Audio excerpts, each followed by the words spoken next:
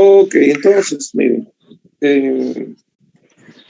ya habíamos visto todas estas cosas.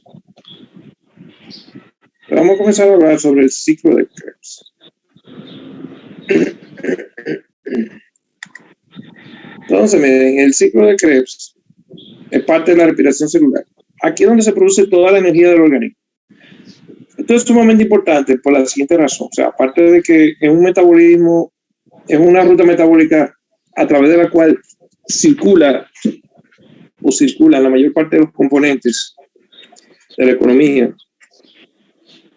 de los seres vivos, es al mismo tiempo donde se produce la energía. Y resulta que cuando hablamos de energía, yo creo que habíamos mencionado ya que la energía no se trata de un tema de que ay, qué lindo, si no hay energía podemos caminar. No, o sea, la energía en los seres vivos es un asunto de vida o muerte. O sea, sin energía los seres vivos mueren. Porque los seres vivos están compuestos de células, las células tienen que necesitan mantener una integridad física. Esa integridad física necesita sus membranas, todo puesto, ¿verdad? Como debe ser. Si faltase la energía, lo que va a pasar. Yo les voy a contar esta historia para que ustedes entiendan el dramatismo de esta bioquímica que yo siempre les estoy contando.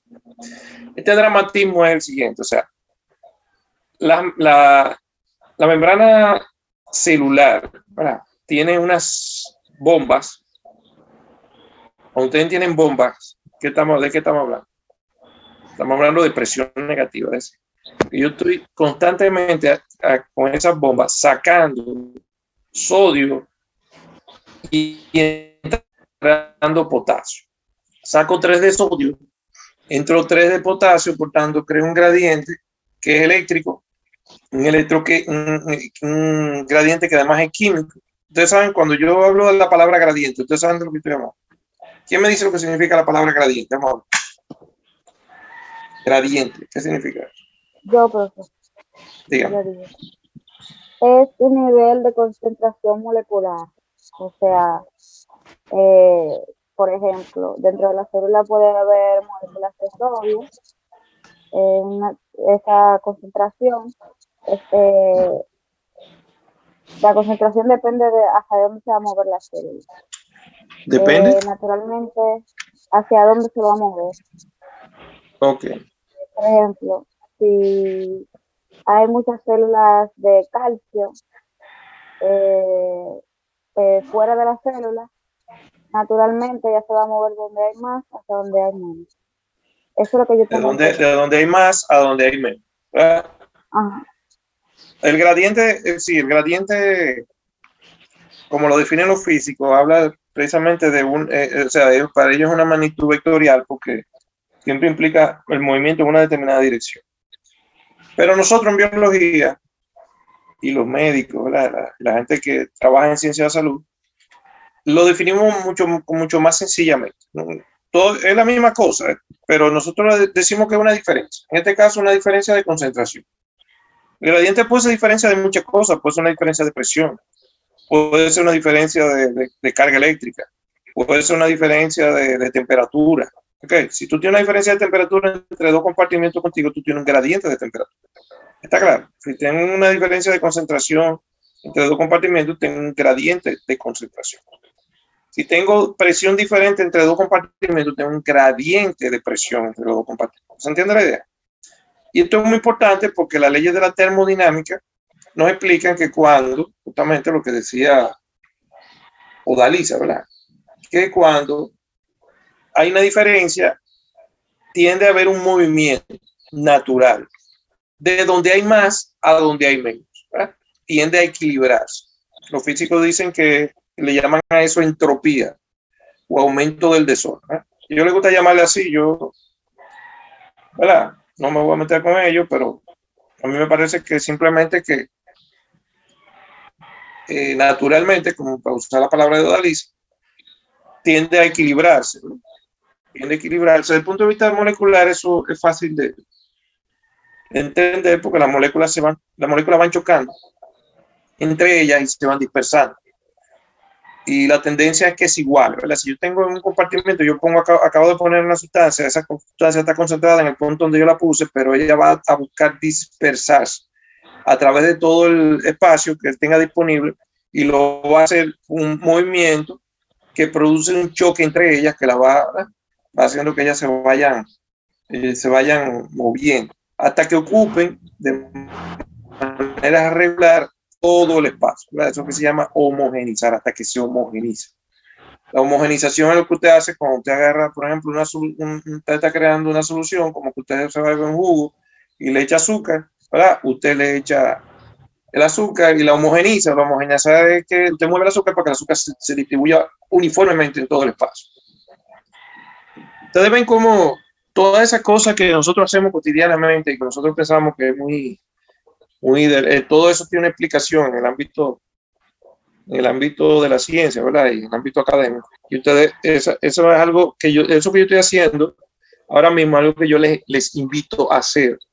Porque cuando uno logra aterrizar los conceptos que uno lee en las clases, lo logra aterrizar a la vida, a las cosas cotidianas que uno hace, uno logra aprenderlo de una forma que no se le olvida más nunca.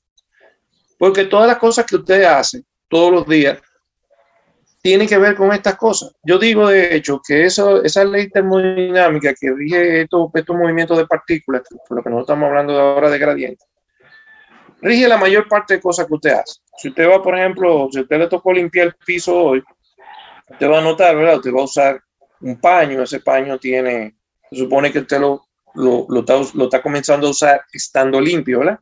Usted moja el piso, ¿verdad?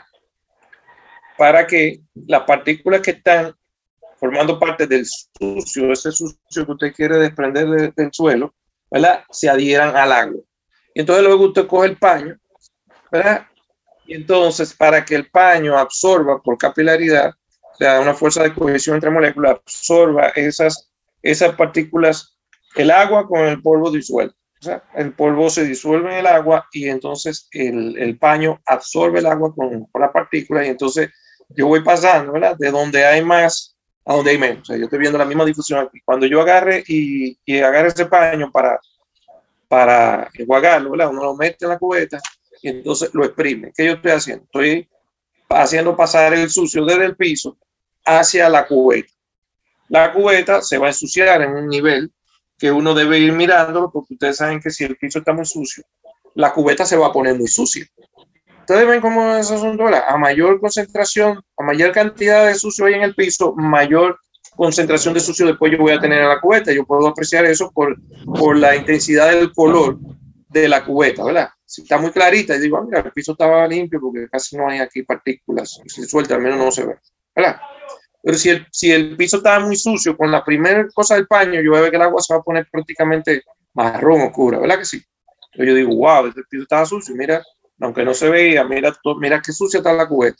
Ustedes ven, entonces así es para todos. Si usted lavó la ropa, o usted colgó la ropa ahí, esa ropa va a comenzar a difundir el agua, se va a evaporar y va a ir de donde está más concentrada en la ropa al ambiente donde usted se encuentre. Entonces eso va a hacer que esa partícula se mueva, ¿verdad? A favor del gradiente. Mientras mayor es el gradiente, mayor es la velocidad de transmisión, ¿verdad? Por eso los días soleados, como en los días soleados la atmósfera está menos cargada de agua, el agua va a pasar más rápido desde la ropa hacia el medio ambiente. Cuando ocurre que, por ejemplo, el día está nublado y ha llovido y hay muchas partículas de agua en el ambiente, entonces el gradiente es menor entre la ropa y el ambiente, por eso la ropa se seca más lentamente en los días que hay. ¿Entienden el asunto? O sea, ustedes pueden utilizar todos estos principios para explicar todas las cosas que prácticamente ustedes hacen. Cuando ustedes cocinan, ustedes normalmente, bueno, si ustedes van a preparar, qué sé yo, un arroz, que es un locrio, un moro, una cosa de eso, primero ustedes hacen un sofrito. Ese sofrito que hace, que permite que se disuelvan los sazones que están en la comida, ¿verdad? Que se liberen hacia ese sazón que usted está haciendo, que es una composición mixta de agua y aceite, ¿verdad? Entonces, las cosas que se mezclan bien en agua van a quedar en el agua y las cosas que se mezclan bien en aceite van a quedar en aceite. Por eso los sofritos normalmente hacen que la comida quede tan buena. Entonces, se sale ahí el sazón, después usted agarra, entonces le pone el arroz, después usted le echa la sal. Cuando usted le echa la sal, normalmente cuando usted pruebe ese sazón, usted está haciendo el arroz, por ejemplo, usted sabe que si usted le echa, si el sazón sabe de una manera, cuando usted le echa el arroz, eso baja un punto, ¿verdad? Entonces, si tú le echas sal, por ejemplo, y después tú le echas el arroz, eso le va a bajar un punto. Si tú pones el agua en el punto de sazón que tú quieres o en el punto de sal que tú quieres, cuando tú le eches el arroz, eso va a quedar desabrido. Entonces, si tú haces, le sube un puntico por encima, le pone un poquito más fuerte el sazón, un poquito más de sal. Cuando tú le eches el arroz, entonces él queda en el punto correcto. O sea, todo eso tiene que ver con la dilución, con el paso de sustancias de un medio a otro, ¿verdad? Porque estamos hablando de distribución. Entonces, fíjense que como las cosas más banales y cosas que ustedes hacen todos los días, los oficios, todo eso tiene que ver de alguna manera con esta ley de la termodinámica que rige el paso de sustancias de un medio a otro. Cuando yo estoy hablando de bombear, yo estoy hablando justamente del proceso contrario a la difusión. ¿Verdad? La difusión es lo que hace que las partículas se mueven de donde hay mayor concentración a donde hay menor concentración. Eso, como dijo Dalisa, ocurre naturalmente. Yo no necesito poner energía, eso ocurre sin el mayor esfuerzo. De mi parte, naturalmente eso se va a mover, ¿verdad? De donde hay más a donde hay menos. Cuando yo hablo de bombear, estoy hablando del proceso contrario. Yo voy a hacer pasar ahora de donde hay menos a donde hay más. Y eso no va a ocurrir naturalmente. Tiene que ocurrir primero se necesita una máquina para hacer eso. Y segundo, se necesita que esa máquina gaste energía en el proceso. ¿Verdad? Porque, por ejemplo, en el medio biológico a veces nosotros usamos máquinas que no necesitan energía. Por ejemplo, como las membranas son impermeables a lo que se disuelve en agua y la mayor parte de los componentes que están en las células y que la célula necesita están en agua, ¿verdad? Y se disuelven bien en agua, para atravesar la membrana no pueden, precisamente por eso la membrana se comporta como una barrera. Entonces, para yo hacer pasar esa sustancia de un lado a otro de la membrana, como yo los necesito dentro, yo necesito poner en la membrana un transportador. ¿Qué es el transportador? Una máquina que está ahí.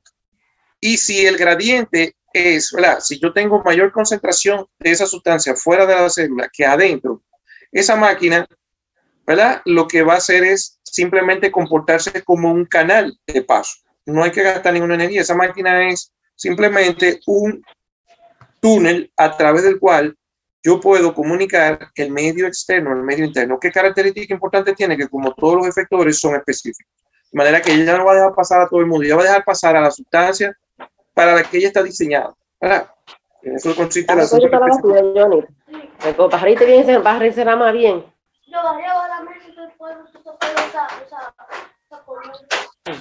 Ani, el micrófono, por favor. Qué barbaridad. Pues sí, entonces, el tema es que ahí vemos, ¿verdad? Cómo entonces esa difusión, que se resulta ser una difusión porque es de mayor a menor, es una difusión facilitada, porque tú necesitas una máquina que te sirva de cruce, ¿verdad? Una máquina que haga el trabajo, porque uno dice un túnel para que ustedes lo entiendan, pero en realidad es una proteína que tiene un dominio, ¿verdad? Un sitio donde se pega una sustancia, entonces ella hace un proceso que hace que la sustancia esta pase de este lado de la membrana al otro lado. ¿Ok? Entonces, eso es una difusión pasiva. Ahora bien, cuando yo hablo de bombear, yo estoy hablando de una máquina que utiliza energía para mover sustancias de un medio de menor concentración a otro de mayor concentración. Si ustedes recuerdan en bioquímica, dijimos que los líquidos intracelulares tienen de sodio alrededor de 5 miliequivalentes por litro, mientras que fuera hay 140 miliequivalentes. Entonces, yo estoy haciendo pasar sodio de donde hay menos a donde hay más. Y eso requiere de una máquina que gaste energía para hacer ese proceso. Entonces, piense lo importante que es esto. ¿Por qué eso es importante? Por eso la bomba sodio. ¿Por qué eso es? ¿Por qué? Perdón. Usted dijo que para entrar moléculas de donde hay más, o sea, donde hay menos. O sea, donde a hay más. contragradiente, para expresarme mejor, se necesita Exacto. una bomba. Se necesita Entonces, una como bomba. te dice, estaba dando el ejemplo del sodio, por eso la bomba sodio-potasio. Exactamente. La bomba sodio-potasio ATPasa. O sea, es una bomba que gasta ATP para eso. Pero bueno, todo eso nosotros lo hemos dado, nos lo dieron en biología, después nos lo dieron en qué sé yo. Ahora no lo están dando en bioquímica. ¿Verdad? Y entonces, ¿qué pasa con eso? Que esa bomba, sodio-potasio ATPasa, no está ahí de lujo. ¿Qué es lo que ella hace? Ella lo que hace es sacar sodio. ¿Para qué? El sodio, al sodio siempre le sigue el cloro. El sodio y el cloro siempre andan. El cloro de sodio, que es la sal común que ustedes conocen, la sal de mesa, es una sustancia que es higrópica, eso es que atrae agua. De manera que acuérdense que nosotros no tenemos bombas de agua, nosotros lo que tenemos son bombas de electrolito. Y esa bomba que saca sodio, saca en realidad cloruro de sodio, aunque o sea, realmente empuja el sodio y al sodio le sigue detrás el cloro. Entonces, ese cloro de sodio atrae agua. Entonces, lo que estamos haciendo en realidad es sacando, nosotros estamos sacando sodio, pero en realidad lo que estamos es sacando agua del célula. ¿Está claro? ¿Por qué? Porque ese sodio, que hay un gradiente que ayuda a que ese sodio esté entrando todo el tiempo de afuera hacia adentro, arrastra agua de afuera hacia adentro y acuérdense que la célula, como cualquier envase, cualquier compartimiento, tiene una capacidad, ¿verdad? Nosotros estudiamos en física que la capacidad era el volumen máximo que un recipiente podía contener. De manera que la célula tiene una capacidad. Y si yo sobrepaso esa capacidad, voy a estar haciendo mucha presión sobre las membranas y eso va a ocurrir, ¿verdad? Sobre todo si sigue incrementando la presión, va a ocurrir hasta que la membrana se rompa, ¿verdad? Y cuando esa membrana se rompa, los componentes celulares van a salir por ahí y la célula va a morir inmediatamente. Ustedes me están entendiendo del dramatismo del que estamos hablando, ¿verdad que sí? ¿Se entendió eso? Sí, maestro. Sí, maestro. Okay. Eso no es lo único que pasa cuando se acaba la energía, pero eso es muy importante y es suficiente para desbaratar la célula. Pero no solamente ocurre eso, ocurren otras cosas. Por ejemplo, el calcio es una sustancia que muchas células tienen concentrada en ciertas vesículas intracelulares y también se mantiene con un gradiente alto gracias a una bomba que mete el calcio dentro de esos compartimientos y resulta que cuando ese calcio sale por falta de energía para mantener el alto gradiente, cuando ese calcio que está saliendo deja de entrar al compartimento y comienza a salir y aumenta su concentración en el citosol, se activan unas enzimas que son lipasas, se activan por el aumento de la concentración de calcio y entonces comienzan a degradar las membranas al interno de la célula. Pasan un montón de otras cosas también, pero el punto es que eso va a terminar con la vida de la célula.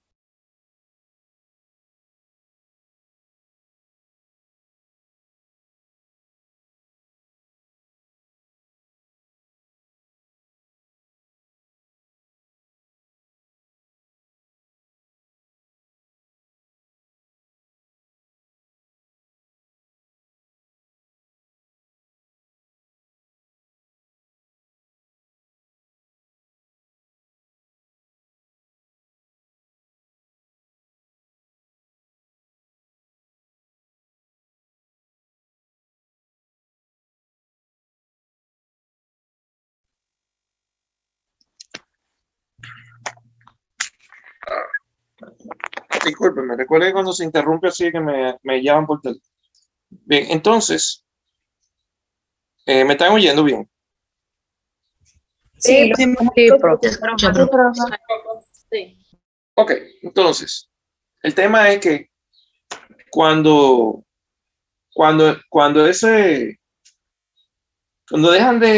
ese calcio, bueno, en fin, cuando no hay energía suficiente, las células mueren. Por eso es que nosotros necesitamos todo el tiempo tener corriendo en nuestro sistema energía suficiente para mantener la vida de todas las células, porque como ustedes pueden apreciar ahora, la energía no es solamente para que la célula pueda estar viva, no es solamente, perdón, para que la célula pueda hacer sus funciones, sino para estar viva. El dramatismo se lo llevo a este nivel. Miren qué pasa. El nivel de ATP que se necesita para que todas esas bombas estén funcionando adecuadamente y que no haya problema con eso, tiene que ser la relación ATP-ADP por encima de 95%. O sea, en la célula hay todo el ATP que se necesita. Estamos hablando de la molécula, ¿verdad? Pero esa molécula cuando se utiliza se rompe en ADP y fosfato inorgánico. Y el organismo tiene entonces que volver a convertir ese ADP y fosfato inorgánico en ATP. Eso fue lo que nosotros vimos aquí la semana pasada, ¿verdad? Los procesos catabólicos exergónicos, ¿verdad? Hacen que se rompan enlaces de compuestos que vienen como energéticos.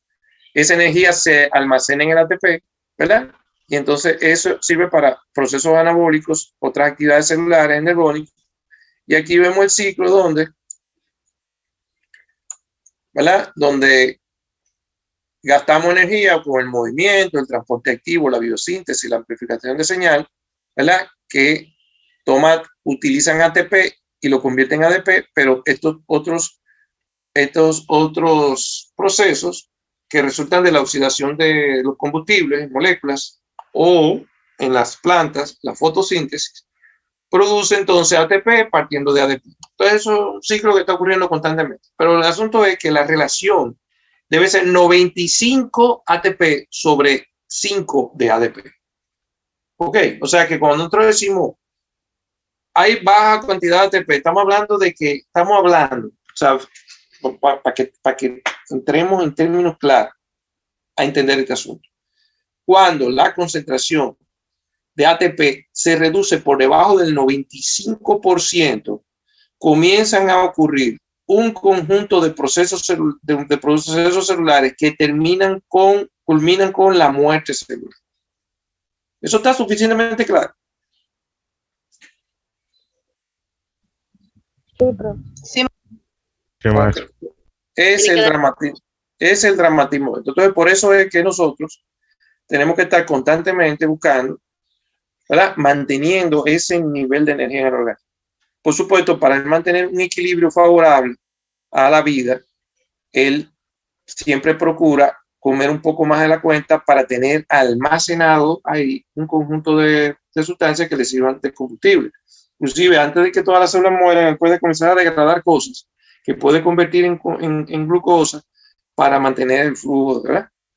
Entonces, todas esas cosas que nosotros tenemos que aprender y entender aquí, ¿verdad? De cómo el organismo se maneja con todos estos procesos en lo más básico para poder entonces entender qué cosas es que están pasando. Entonces, esa energía que mantiene el ATP por encima del 95% en la mayor parte de las células ocurre por la respiración celular.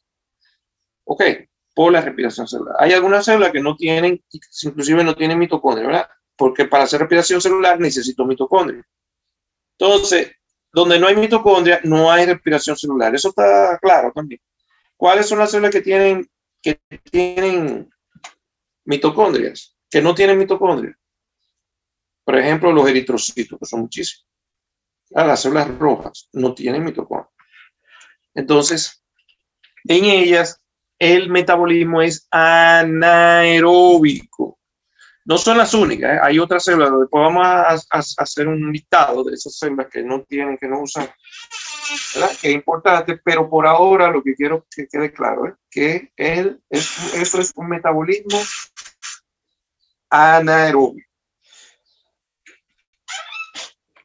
Todavía las que tienen mitocondria, existen algunas, bueno, vamos a mencionar una, que es la que realmente es así, la célula muscular. La célula muscular es anaeróbica facultativa. ¿Qué es lo que quiere decir eso? Que ella utiliza la mayor parte del tiempo, utiliza oxígeno, pero bajo ciertas condiciones, sobre todo de mucho estrés, cuando el músculo está haciendo una fuerza, por ejemplo, por encima de lo habitual, muy por encima, él pasa de su estado aeróbico ¿verdad?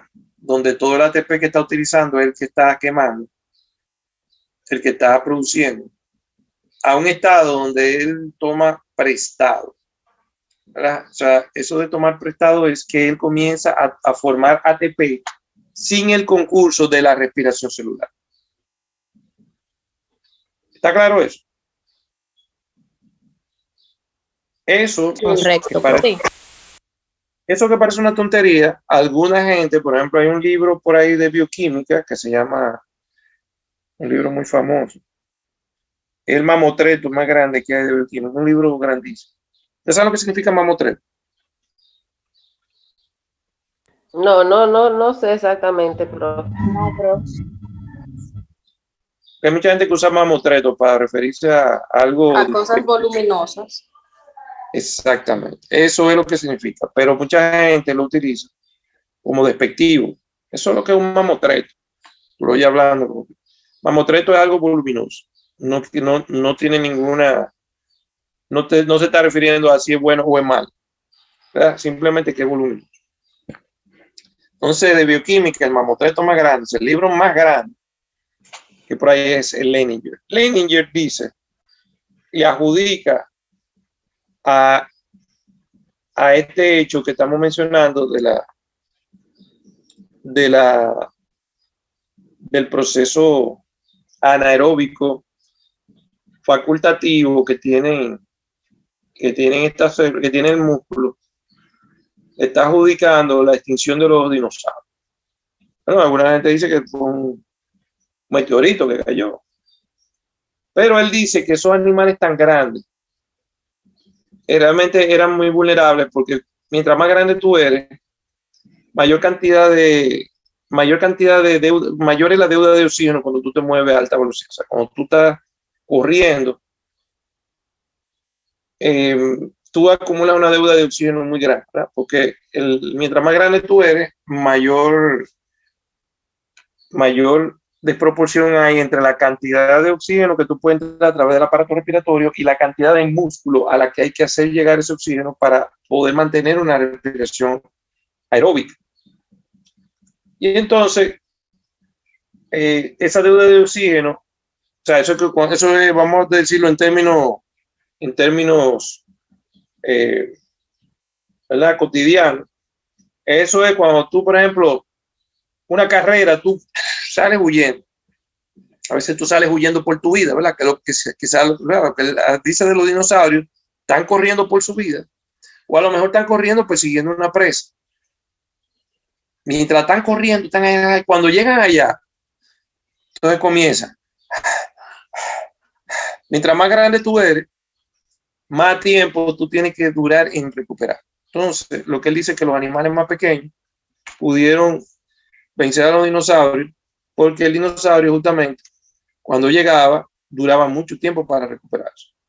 En fin, que verdad, si se trata de lucubrar, todo el mundo lucubra lo que le da la gana. Los físicos hacen muchísimo eso y han pintado los multiversos y todas esas cosas de lo que han nacido películas que ustedes la han visto por ahí. Ustedes hasta creen que eso puede ser verdad, que no son más que puro disparate que se han inventado los físicos, porque no pueden explicar una cosa y se creen que ellos pueden. Bueno, no, o sea, el hecho que usted no lo puede explicar no quiere decir que las cosas son como usted piensa o usted cree. Y entonces, bueno, eso se trata del principio de incertidumbre, que le ha hecho creer que no, que hay cosas que pueden existir al mismo tiempo en dos sitios. Bueno, y por ahí se han ido, ya ustedes saben, han creado un montón de cosas que resultan ser disparatosas, como usted la ve del ámbito de la conciencia. Pero nada, no vamos a entrar de eso. Eso ya nos vamos a meter muy profundo en la filosofía, en la física, en la metafísica y en todo el mundo. Lo que quiero decirle ahora mismo es que, ¿verdad? Quizá pudo haber sido eso, ¿verdad? Porque aunque cayó un meteorito, parece que no había una reunión de dinosaurios en un lado para que le cayera el meteorito solamente a los dinosaurios, ¿verdad? Debió haber caído a todo el mundo. Sin embargo, hay muchas especies que sobrevivieron a eso. Y entonces, ¿por qué nada más los dinosaurios? Bueno, muchas cosas. Entonces, en fin, te estoy diciendo porque a veces de cualquier cosita de esta nacen un montón de cosas que son importantes que ustedes tengan presente. para que vean la importancia que tiene. Entonces, el asunto de la respiración celular se da en la mitocondria. La ausencia de mitocondria hace que esa célula tenga una producción de energía que es completamente anaeróbica. Y en el caso, por ejemplo, de nosotros los seres humanos, tenemos la mayoría de los animales grandes, tienen ese proceso anaeróbico facultativo. La respiración celular está compuesta por el ciclo de Krebs, la cadena respiratoria y la fosforilación oxidativa, que tiene lugar, como ya les decía, en la mitocondria. La mitocondria es un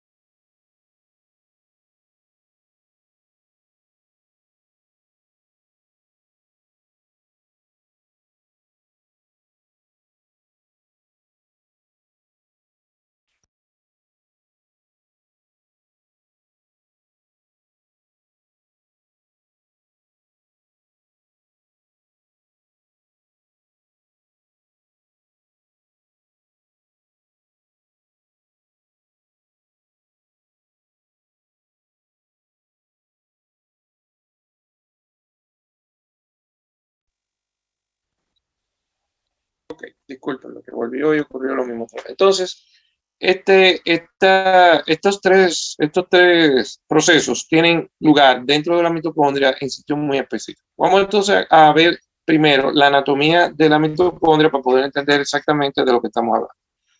Ustedes ven ese dibujo que está ahí. Cuando ustedes lo ven, ustedes dicen, mira acá. Entonces, tiene dos membranas, una azul y una roja. La azul es la membrana mitocondrial externa. Y la roja es la membrana mitocondrial interna. Fíjense que ustedes se dan cuenta que la membrana mitocondrial interna es más grande que la mitocondrial externa. ¿Ustedes se dan cuenta de eso?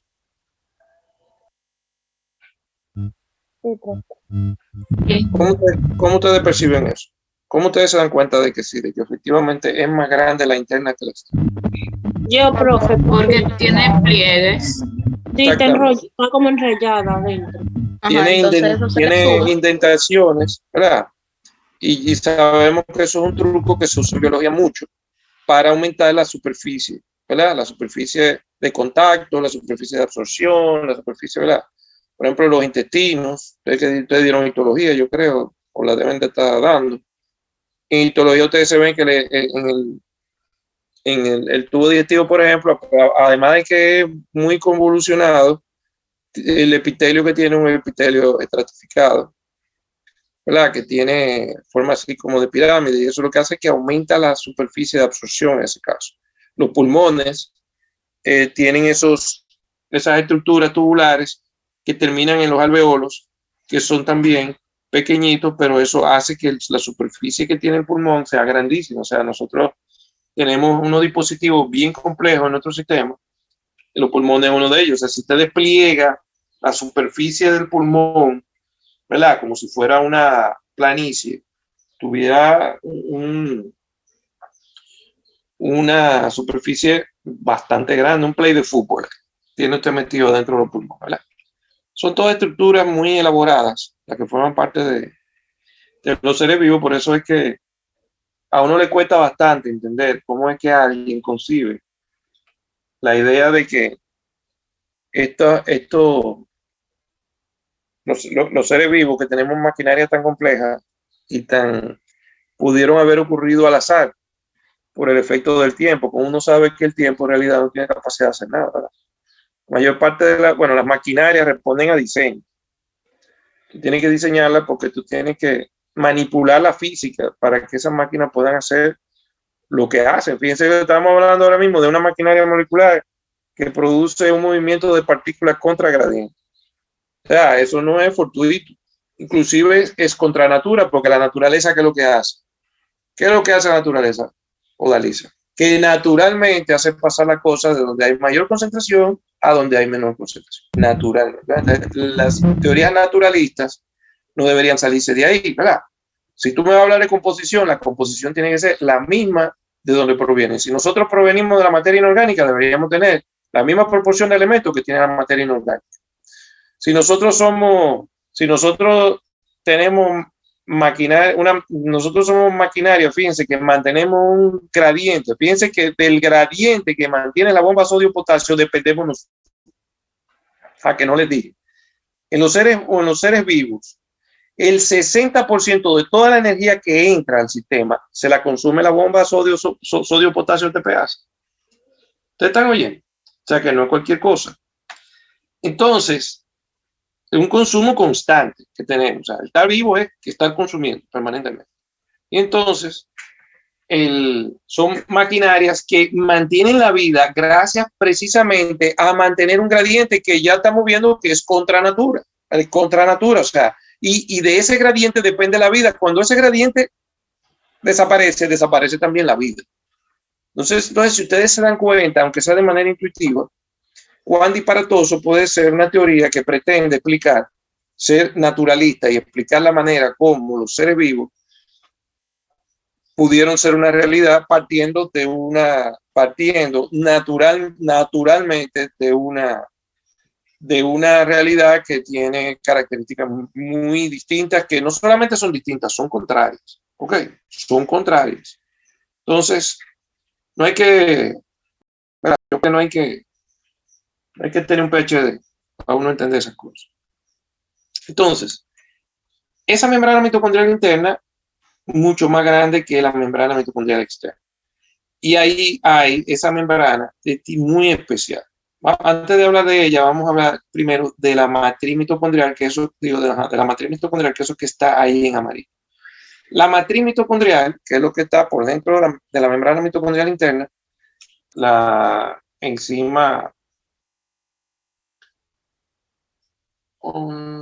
la piruvato carboxilasa. Hay un montón ahí de proteínas, en grandes cantidades, porque fíjense que de esa producción es que va a depender el sostenimiento de las células. Te dicen, bueno, pero hay células que no tienen mitocondria, entonces, ¿cuál es el show? Bueno, esas células que no tienen mitocondria son células que no tienen mucha necesidad de energía. Por ejemplo, los eritrocitos no convienen por los eritrocitos. ¿Cuál es el trabajo de los eritrocitos? Transportar oxígeno, ¿verdad? Entonces, como que tú no vas a mandar a comprar longaniza con perro al colmado, ¿verdad que no? Porque tú crees que va a llegar longaniza. ¿Qué va a hacer el perro con la longaniza? Se la va a comer. Se la va a comer. Se la va a comer antes de que llegue. Exactamente. De que llegue, no, desde que se la den, se la va a comer. Desde que se la den. Y entonces, eso es lo que procuramos. El diseño de un eritrocito conlleva un metabolismo anaeróbico, primero porque es una célula de transporte que no tiene mucho requerimiento, en primer lugar, y en segundo, porque no queremos que él se coma el mandado, que se robe el oxígeno, o sea, lo que queremos que lo transporte, no que se lo consuma. Entonces, es una célula anaeróbica, él no tiene mitocondria por eso. Pero así serán las otras células, ¿verdad? Que después vamos a enlistar, después vamos a ver. Entonces, como ellas tienen bajo requerimiento, con la energía que se puede producir en la vía glucolítica, que sí es común a todas las células, con esa energía ellos pueden prosperar, pueden echar adelante. Ahora bien, entonces, ahí están, de lo que a nosotros nos interesa ahora, la respiración celular, las del ciclo de Krebs están ahí en la matriz mitocondrial. La cadena respiratoria y la fosforilación oxidativa, que son los otros dos procesos que forman parte de la respiración celular, son llevadas a cabo por proteínas que se encuentran en la membrana mitocondrial interna. Esta membrana mitocondrial interna tiene, como yo les dije, características muy especiales. Una de ellas es que ella es impermeable a todo, especialmente a los hidrogeniones. ¿Ya? ¿Qué es lo que es un hidrogenión? A ver si están despiertos ahí. ¿Qué es lo que es un hidrogenión? Eso es un ion positivo de hidrógeno. Okay. Estaba además de decir positivo. Un ion de hidrógeno, ¿verdad? Recuerden que lo único que tiene un hidrógeno es un protón, un electrón y un neutrón. y ese ion se forma por la pérdida del electrón que está en la superficie, y lo que queda es el protón. O sea, que obligatoriamente la carga que va a quedar es esa carga positiva que está en el núcleo. Entonces, un ion, o sea, un hidrogenión es un ion de hidrógeno que también de cariño le decimos un protón, ¿verdad? Te voy a hablar de protón. Pero no es que es un protón, ¿verdad? No es que un protón, porque un protón es un protón. Un protón es una partícula subatómica. Pero como este átomo está compuesto solamente de un protón, desde el punto de vista de carga está compuesta, ¿verdad? Porque también tiene un neutrón. Pero como desde el punto de vista de carga está compuesta solamente de un protón y un electrón, como el electrón se va, nada más queda entonces el protón. Entonces le dicen así, protón. Pero realmente es el núcleo de un átomo de hidrógeno que también, además del protón, tiene el neutrón. En fin, el tema es que él es especialmente impermeable a los protones. Después vamos a ver por qué. Eso es muy importante, lo que estamos diciendo ahora. Anótenlo por ahí. Entonces, la cadena respiratoria va a llevar a cabo una serie de reacciones de óxido de reducción donde los productos redox, o sea, los productos reducidos de la cadena del ciclo de Krebs van a parar, ¿verdad? Entonces, hay una cadena río abajo, vamos a decir. Se dice río abajo porque aquí se cumple lo del gradiente que siempre hemos estado hablando. Y vamos a ir, en este caso, del compuesto más electronegativo, que es el NAD reducido, hasta el compuesto menos electronegativo. Perdón. Del de más reducido hasta el menos reducido. O desde el menos oxidado al más oxidado.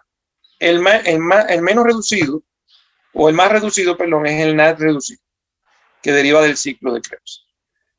Y el menos reducido, o el más oxidado, es el oxígeno, que es, oigan bien, pregunta de examen, es el último aceptor de electrones en la cadena respiratoria. ¿Ok? Repita, profe. Que el oxígeno, que es el más oxidado de esa cadena, es el aceptor de electrones, es el último aceptor de electrones en la cadena respiratoria. Esa frase que estoy diciendo tiene varias implicaciones. La primera es que la cadena respiratoria son un conjunto de reacciones de óxido de reducción, ¿verdad? Donde vamos del más reducido al más oxidado, ¿verdad? Pasando por otros que tienen oxidación, reducción, un potencial redox, ¿cómo se le llama? Más reducido que el NAD, menos oxidado que el oxígeno. Por eso el oxígeno es el último ahí, que está, ¿verdad? Entonces, el oxígeno que nosotros respiramos, ese que entra por la nariz, ¿verdad? Y que nosotros entendemos vital, el trabajo que él hace es ese que estamos señalando ahí. Es ser el aceptor de electrones en la cadena respiratoria, de manera que las células que son aeróbicas, es decir, que necesitan mucha energía, no como los eritrocitos que no necesitan mucho, lo que sí necesitan mucha y que tienen mitocondria, utilizan ese oxígeno como último aceptor de electrones en la cadena respiratoria, de manera que el proceso no se estanque.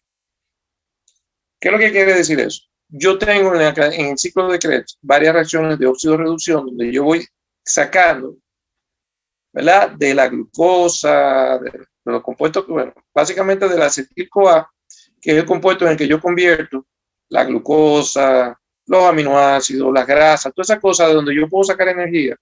Yo la convierto al final en acetil-CoA y ese acetil-CoA yo la meto en el ciclo de Krebs. El acetil-CoA es, oigan bien, preguntáis. El acetil-CoA es el sustrato del ciclo de Krebs. ¿Verdad? Sustrato de la sustancia que se degrada en una reacción química. Yo estoy generalizando porque en realidad el ciclo de Krebs tiene varias reacciones que yo supongo que ya ustedes se las saben, que ustedes la estudiaron, ¿verdad? Yo les dije que estudiaran eso la semana pasada, que eso lo aprendieran, ¿verdad? Les dije cómo aprenderlo y todo, supongo que ustedes se la saben bien. Entonces, esa sustancia va a ir desprendiendo, o sea, ese acetil-CoA va a ir desprendiendo electrones. Acuérdense que según Lewis, las reacciones de óxido-reducción se definen como el paso de electrones de una molécula a otra, ¿verdad? Paso de electrones de una molécula a otra. Entonces, la que está reducida es la que tiene el electrón, la que está oxidada es la que pierde el electrón. Entonces, aquí lo que vamos a ir viendo cómo esos compuestos van cediendo electrones, se van oxidando, ¿verdad? Y se la van pasando al NAD y al FAD. El NAD que estaba en su forma oxidada pasa a su forma reducida y ella va a entregar ese electrón a la cadena respiratoria que lo recibe y entonces lo va pasando del NAD a otros compuestos que tienen menor potencial redox, ¿verdad? Porque yo no le puedo dar al que tiene más que yo. ¿Se entiende? Y aquí se cumple lo del gradiente, que va de donde hay más, naturalmente, ¿a dónde? A donde hay menos. Exactamente. A donde hay menos. Entonces, aquí, ¿verdad? El más reducido le pasa al menos reducido, o sea, a uno que tiene un potencial redox inferior, ¿verdad? Y entonces, cada vez que ocurre un traspaso de electrones, esa reacción de óxido-reducción es aprovechada por estas mismas sustancias estas mismas sustancias de óxido-reducción que están en la membrana mitocondrial interna, al tiempo que producen esa reacción de óxido-reducción y van llevando esos electrones a través de ellas utilizan esa energía para bombear protones, ¿verdad? Ya dijimos que los protones son hidrogeniones, desde la matriz mitocondrial hacia el espacio intermembranario, creando entonces un gradiente de hidrogeniones, un gradiente de protones. ¿Lo estamos entendiendo, David? Sí, profe. Al igual como cuando usted estaba hablando acerca del sustrato del ciclo de Krebs, ¿verdad? Que es la acetil-CoA. Ajá. Esta se condensa con el osalacetato. Entonces, no entra en ese sustrato el osalacetato también. O ya sería aparte. Lo que pasa es que los osalacetatos, acuérdate que se reconstituyen. Al final yo vuelvo y obtengo osalacetato. Exacto, sí, en el resultado. Por eso es que yo digo, yo le llamo así, por eso soy yo que le digo así. Yo le digo que es el sustrato del ciclo de Krebs, porque es lo único que se consume en el ciclo. Todas las otras cosas se reconstituyen. Ya, perfecto, ok. Bien, entonces. Otra cosita es, ahorita tenía la mano levantada para hablar cuando usted estaba mencionando acerca de las proteínas que se encuentran en la membrana de la matriz de la mitocondria. Y es que yo había leído que hay una excepción de esa proteína, que es la deshidrogenasa del succinato, porque esta es una proteína integral, pero que está puesta como seguro de la membrana mitocondrial interna. Así es. Sí, porque yo he hablado mucho del NAD, pero mencioné el FAT hacia lo último. La succinato deshidrogenasa utiliza FAD, no utiliza NAD. Y en esa reacción, entonces, esa reacción que la vamos a describir dentro del ciclo de Krebs, en realidad no es una proteína disuelta en la matriz mitocondrial, sino que está embebida en la membrana mitocondrial interna. Aunque no es una bomba, ella no bombea protones, pero sí está en la membrana. Muy cierto eso que tú dices. Excelente. Ustedes ven que interesante, se pone la clase, como ustedes ya han visto el material. Sí, eso es lo que digan. Yo estoy confundida, pero muy confundida con algunas cosas del ciclo de Krebs. Ajá. Porque, por ejemplo, explíqueme usted, y por favor, yo sí investigué y vi los videos de Genoveva y me puse a investigar acerca del ciclo de Krebs, pero hay algo como que todavía yo no le llego. Ajá. Ese proceso del ciclo de Krebs, donde participan 8 enzimas, de hecho, uh-huh.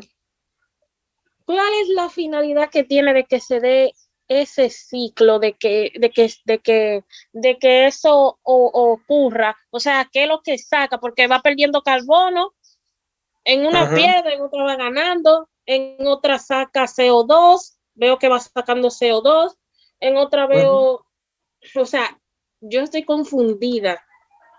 Ok. Yo podría Sí, responderle, maestro. Fíjense, sí, ¿quién que habla ahora mismo? ¿Quién es que está hablando? Paine. ¿Perdón? Paine. Exacto, sí. Paine. Mira, la función básica del ciclo de Krebs no es producir ATP o GTP. Lo que él se encarga es de liberar grandes cantidades de electrones y de protones que luego esos serán transportados hacia la cadena respiratoria a través del NAD o el FAT, que eso fue lo que usted mencionó hace ratito. Exactamente. Sí, pero fíjense, yo creo que el problema o sea, quien hizo la pregunta fue María. ¿Quién fue que hizo la pregunta? Yo, Karen Solano. Karen, sí. Karen, yo lo que creo que quiere una idea de conjunto, porque todas estas cosas ocurren. Y justamente, fíjense, yo no he comenzado a hablar del ciclo de Krebs. Fíjense que quien preguntó ahorita, creo que fue Paime, habló de los salacetatos, pero yo no he mencionado salacetatos. Yo no he comenzado a hablar del ciclo de Krebs. Yo estoy dando todavía una visión de conjunto, porque precisamente quiero que cuando entremos ahí, ya usted tenga una idea de para qué que funciona eso. Así que si tú me permites, déjame yo terminar lo que estoy diciendo para que tú te des cuenta. Al final, si todavía te queda con duda, entonces yo te respondo sin ningún problema. Fíjense entonces lo que está pasando. O sea, lo que le estoy diciendo es que con cada reacción de esta, ¿verdad? Yo tengo mi ciclo, se deriva NAD, FAT, y eso va a la membrana mitocondrial interna. Ese gradiente, ese río abajo en el gradiente, va haciendo, ¿verdad? Estas sustancias van pasando de uno a otro, van ocurriendo reacciones de óxido reducción, y con cada reacción, bueno, no con cada, pero con 3 de esas reacciones de óxido reducción, se aprovecha la energía para bombear protones desde la matriz mitocondrial hasta el espacio intermembranario. Lo que yo esto que estamos diciendo, fíjense, es lo que se conoce como biotransducción. Biotransducción significa que yo estoy convirtiendo un tipo de energía en otro. Es decir, yo tengo una energía química. Acuérdense que la energía química, que la vimos la semana pasada cuando estábamos hablando ¿verdad? Cuando estábamos aquí, ¿verdad? Cuando estábamos hablando de la ley termodinámica, estábamos hablando de que hay una energía que se acumula en los enlaces químicos cuando yo lo formo. Por eso esas reacciones donde hay formación de un enlace, normalmente tiene que venir alguien a aportar la energía, y están las otras reacciones que ocurren espontáneamente, que son cuando se rompen esos enlaces y se libera esa energía. O sea, esa energía, que es la que se llama energía libre de Gibbs, es la energía química que nosotros manejamos los seres vivos. Ahora bien, cuando yo desprendo esa energía de los compuestos aquí en la matriz mitocondrial, voy arrancando esos carbonos en forma de dióxido de carbono y formo en esas reacciones de óxido reducción, donde entonces se forman NAD y FAT. Ese NAD y ese FAT viene a entregar a la membrana mitocondrial interna esos electrones. Entonces esos electrones van arriba abajo, ¿verdad? Arriba abajo, y entonces ahí ¿qué ocurre? Que se aprovecha esa energía de óxido de reducción en alguna de esas. O sea, que esas mismas proteínas que hacen esas reacciones de óxido de reducción son bombas que sirven como canal, y utilizando la energía de óxido de reducción van a bombear protones, o sea, van a hacer pasar protones en contragradiente hacia el espacio intermembranario. Entonces yo estoy creando una energía potencial aquí, ¿verdad? Una energía química la convertí en energía potencial ahora con un gradiente de protones. Al final yo lo que tengo es un quinto complejo, que es el que hace la fosforilación oxidativa, que yo lo utilizo como un dínamo, ¿verdad? Acuérdense de lo que yo les mencionaba de una presa de agua, que lo que hace, ¿verdad? Yo estoy acumulando esa agua aquí en este espacio, ¿verdad? Este espacio es pequeño, él se concentra bastante, y entonces va a tender a que esos protones a entrar por aquí. Pero yo le dije al principio que esa membrana era impermeable a todo, especialmente a los protones, ¿verdad? Entonces, ella no puede cruzar esa membrana por ningún lado, solamente a través del quinto complejo, ¿verdad? Que es una bomba no una bomba, perdón, se llama la ATP sintetasa. Es una proteína que aprovecha el gradiente de protones que hay aquí, y cuando esa energía potencial se convierte en energía cinética, acuérdense que la energía de movimiento se llama energía cinética. Esa energía cinética, ¿verdad?, que ocurre a altas presiones por la diferencia de concentración que hay. Acuérdense que mientras mayor el gradiente, mayor es la presión. Esta presión hace de paso de protones, hace entonces que esa energía es utilizada por este complejo para formar ATP a partir de ADP y fosfato inorgánico. ¿Está claro? De manera que lo que decía Payman, tiene mucha razón, el ciclo de Krebs solo sirve solamente para generar esas sustancias reducidas, pero esas sustancias reducidas no sirvieran para nada, sino porque yo puedo a partir de ellas crear este gradiente de protones y luego utilizar ese gradiente de protones para producir ATP a partir de ADP y fosfato inorgánico. ¿Está claro? Entonces, sí, es la principal fuente, o sea, la respiración celular completa con todos sus pasos, sí es la principal fuente de ATP. ¿Está claro? Para que no haya confusión, lo que dijo Payman no era mentira, era así, pero he visto en su conjunto la respiración celular sí es la principal fuente de producción de ATP. ¿Está claro? Sí, maestro. Perfecto. Entonces, una vez dicho eso, que era lo general, entonces vamos a entrar ahora sí al ciclo de Krebs, pero lo primero que vamos a hacer, bueno, es una ruta central, común y final de la degradación de glúcidos, lípidos y aminoácidos, que se localiza en la matriz mitocondrial. Su principal alimentador, ¿verdad?, que yo le digo, su sustrato es el acetil-CoA. Y el producto final, ¿verdad?, dióxido de CO2, hidrógenos y ATP. Estamos hablando específicamente del ciclo de Krebs, porque si hablamos de la respiración celular en general, acuérdense que los productos son CO2, agua y ATP, ¿verdad? Pero hasta ahora lo que tenemos aquí son estos hidrogeniones, que después con esos hidrogeniones se va a formar agua, pero ya allá al final de la cadena respiratoria. ¿Está claro? Entonces, entre las características que tenemos, bueno, aquí tenemos varios nombres.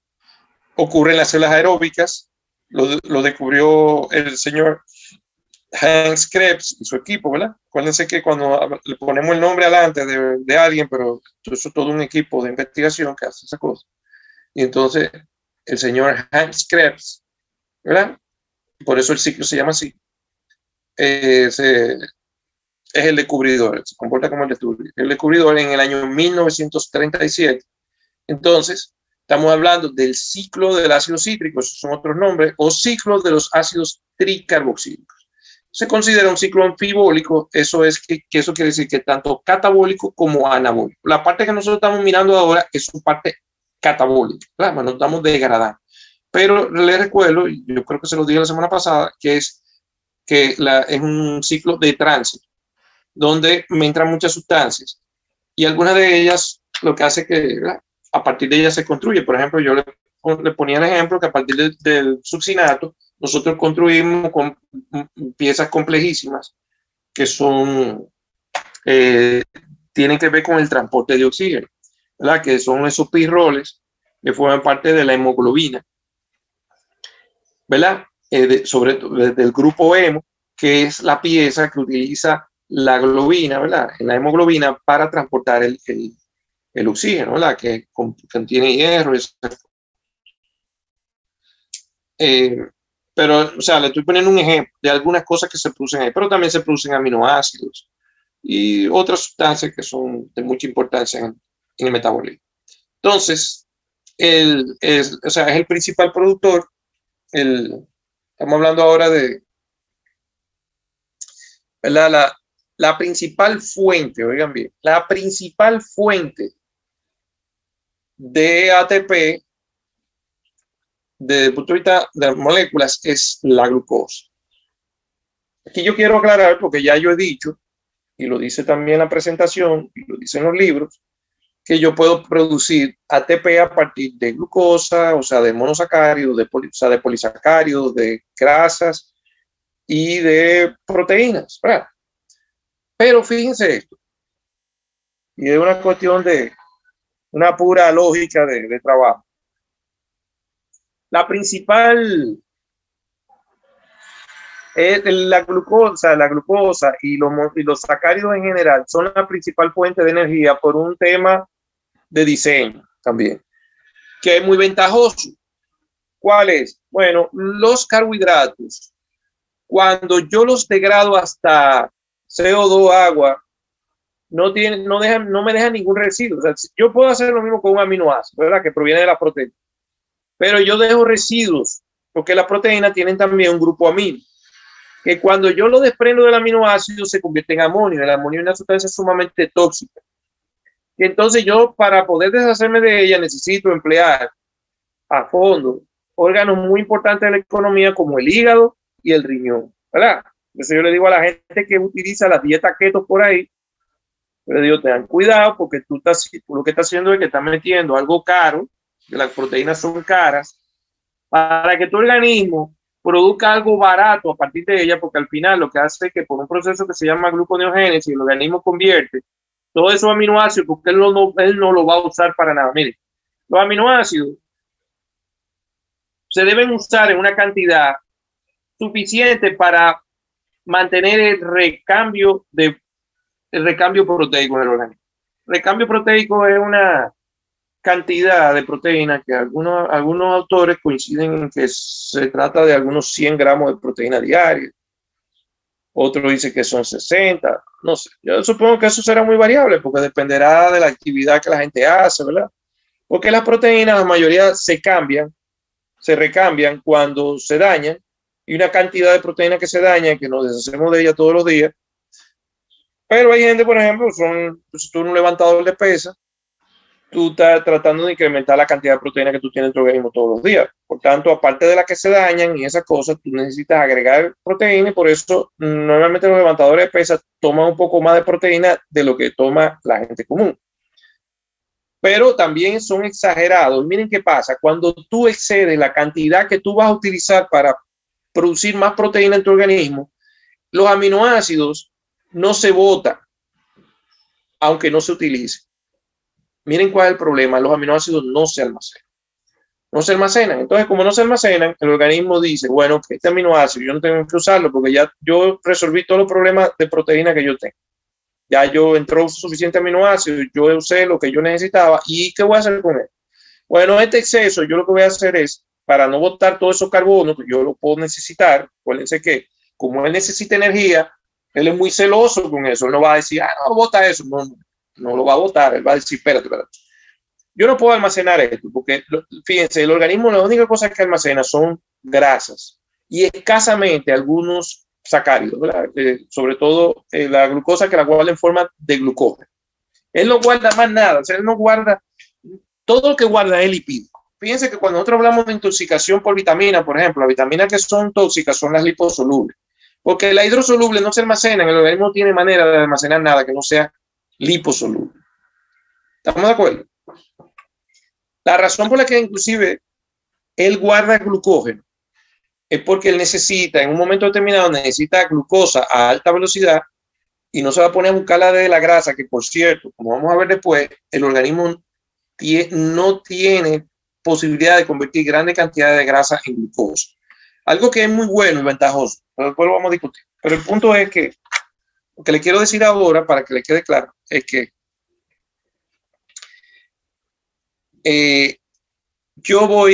cuando yo utilizo proteínas, o sea, yo digo, ok, tengo este exceso, ¿qué voy a hacer con él? Bueno, voy a quitarle el grupo amino, que se convierte en amonio, ¿vale? Sobrecarga para el hígado y el riñón, y entonces el resto de los carbonos los convierto en glucosa. Ustedes ven, entonces una estupidez. Si tú lo que necesitas es glucosa, la glucosa es más barata. ¿Para qué te va a poner a comprar carne? Para que tu cuerpo, sacrificando órganos tan importantes, estén convirtiendo toda esa proteína que tú estás metiendo en carbohidratos. Entonces, yo le digo a la gente, porque la cuestión es que nosotros, acuérdense cuando comenzamos esta clase, o fue cuando yo comencé la anterior, yo estoy en mi segunda clase del día. Bueno, yo le decía a ese otro grupo que nosotros tenemos, aparte de ser, o fue en esta clase, ahora nosotros, aparte de tener de tener muchísimas cuestiones que son de carácter puramente mecánica biológica, tenemos además un montón de cosas que son, ¿verdad? La gente tiene raciocinio, tiene propósito de vida, tiene un montón de cosas que no son mecánica biológica, pero la mecánica biológica es la que permite eso, ¿verdad? O sea, yo no, si yo tengo un problema de mi mecánica biológica, yo no puedo ocuparme de hacer nada. Tengo que, o sea, eso se repare, después que se repara, yo entonces me dedico a mi vida. Pero mientras eso no se resuelve, me tengo que dedicar a resolver, ¿verdad? Porque no, si me muero no voy a poder hacer nada, ¿verdad? Entonces, esas son cosas que están en un orden. Entonces, el tema es que cuando o sea, yo le digo, si tú eres obeso, si tú eres una persona obesa y tú decides elegir, ¿verdad? O sea, te decides por una dieta cetogénica para bajar de peso, ¿verdad? Tú tienes que decidir qué es peor. El daño que tú le haces a tu hígado y tu riñón a través de la dieta cetogénica o el daño que le hace el organismo a la obesidad. Eso es lo que tú estás sopesando en ese momento, porque las dos son dañinas. Yo te pregunto, ¿cuál es peor? Bueno, yo pienso que es peor la obesidad. La obesidad debe ser peor. Por tanto, hasta cierto punto justifico que tú utilices una dieta cetogénica si tú no tienes otro recurso, pero no es un recurso inteligente. Vamos a estar claros. Primero, porque las dietas cetogénicas no son sostenibles en el largo plazo. Y segundo, porque qué bueno que no son sostenibles en el largo plazo, porque tú estás desbaratando tus órganos, los órganos más importantes que tú tienes en tu economía. Entonces, lo que no es sostenible en el tiempo no es muy bueno porque tú vas a rebajar, pero si tú vuelves de nuevo a lo que tú hacías antes, cuando salgas de eso, vas a volver a ser obeso. No tiene sentido entonces que tú te pongas a hacer una cosa para estar rebotando, ¿no? Rebote, el yo-yo.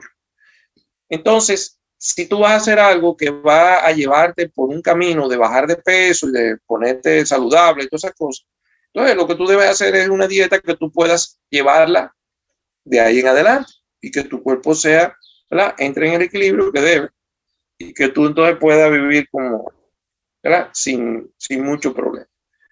Después vamos a hablar de eso porque a mí me interesa, yo siempre le doy algunas pautas a ustedes para que ustedes pues hagan eso con su propia vida. Yo pienso que lo más importante que nosotros podemos hacer como personal de salud es poner el ejemplo.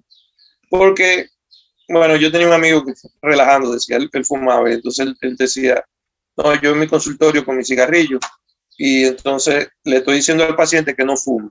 Y entonces le digo, no haga lo que yo hago, haga lo que yo digo. Pero ustedes saben que la palabra estimula, pero el ejemplo arrastra, ¿verdad? Ustedes corrigen mi frase porque yo estoy tratando de llevar el sentido, no me acuerdo exactamente cómo que son las frases, pero ¿verdad? Hay una que dice así. Entonces, tú necesitas, bueno, si tú eres el ejemplo, que la gente te va a prestar atención, porque tú dices, mira, pero este tipo me está diciendo algo que funciona, porque él lo tiene que estar haciendo, mira, y él está bien, Pues tú estás todo obeso, diciendo a la gente que rebaja, o sea, la gente va a decir, bueno, pero lo que este tipo me está diciendo, tú lo estás diciendo, pero yo no te voy a escuchar porque es que yo no creo que eso funcione. Porque si funcionara, tú lo estuvieras haciendo. Obviamente que, ¿verdad? Entonces, eso es muy importante. Nosotros tenemos que, ¿verdad?, arrastrar con el ejemplo. Y además, vivir una vida saludable, porque vamos a ver, ¿cuál es el afán de vivir una vida no saludable? Es un disparate. Pero nada, el asunto es que, como les digo, como nosotros vivimos una vida tan compleja que no solamente está compuesta de propósito de vida, sino que hay un montón de cosas que son confusiones que la gente tiene en la cabeza. Entonces, a veces le damos prioridades a cosas que no la tienen y entonces terminamos haciendo cosas en contra de nosotros mismos, que no nos ayudan. Pero eso es parte de la vida, es parte del crecimiento, ¿verdad? Pero tenga claro que si usted está obeso, es porque usted está haciendo la cosa mal y eventualmente usted va a tener que corregirla.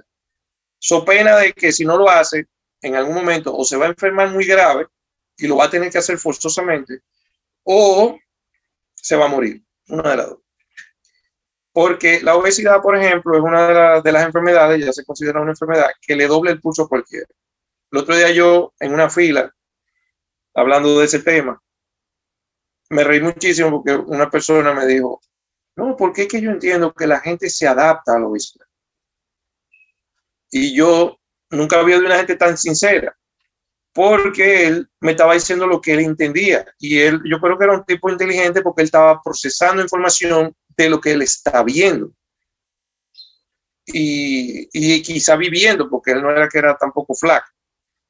Y entonces, claro, porque si él es gordo, yo le digo que él es un enfermo, pero él va al médico y el médico le dice, mira, pero tú estás bien, toda tu analítica también, tú estás, vete para tu casa, es que yo no tengo una casa contigo, tú estás bien, vete para tu casa.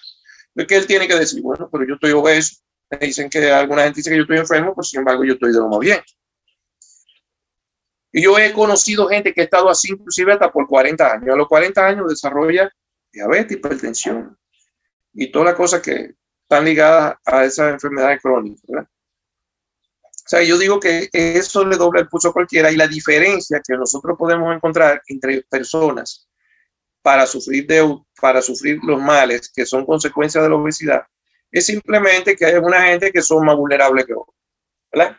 Es decir, por ejemplo, a mí me ayuda un poco el hecho de que realmente cuando yo subo un poco de peso, yo no me siento bien.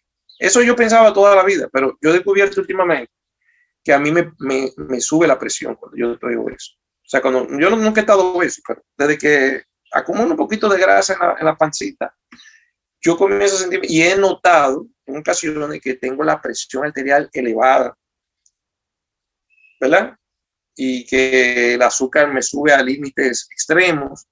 Entonces, quizá porque eso es porque mi organismo no es muy vulnerable. O sea, yo tengo un organismo que vamos a decirlo en términos concretos, que no es muy allá, no es muy, vamos a decir que no es muy bueno. En realidad yo le tengo alta estima y yo lo considero bueno, pero vamos a decir que él, para esas cosas él no es muy bueno. Entonces resulta que hay otras personas que sí, que tienen su organismo muy bueno y aguantan más, pero están aguantando algo que eventualmente lo haga. Entonces, yo me salvé del asunto porque como mi organismo no era tan bueno, yo tomé medidas pronto y entonces me libré de eso. Él, que tiene un organismo más fuerte, entonces su cuerpo resistió, pero va a resistir hasta el momento en que se rompe. Desde el punto de vista molecular, ¿cómo yo traduzco todo eso que yo estoy diciendo? Que parece como todavía medio fantasmagórico.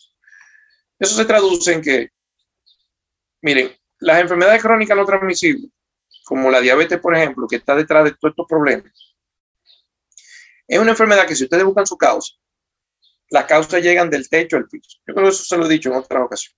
Y esa vulnerabilidad viene precisamente de que hay alguna gente que no tiene ninguno de esos factores que desencadenan diabetes, y hay otros que tienen uno, hay otros que tienen dos, hay otros que tienen tres, hay otros que tienen cinco.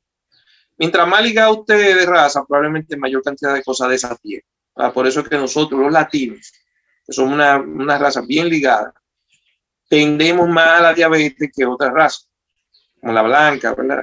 Y otras en particular. Nosotros tenemos todos los defectos que tienen todas las razas, porque nosotros tenemos muchas cosas buenas por ser muy ligados, pero también tenemos algunas cosas que no son tan buenas, como, ¿verdad?, este caso, el asunto de herencia.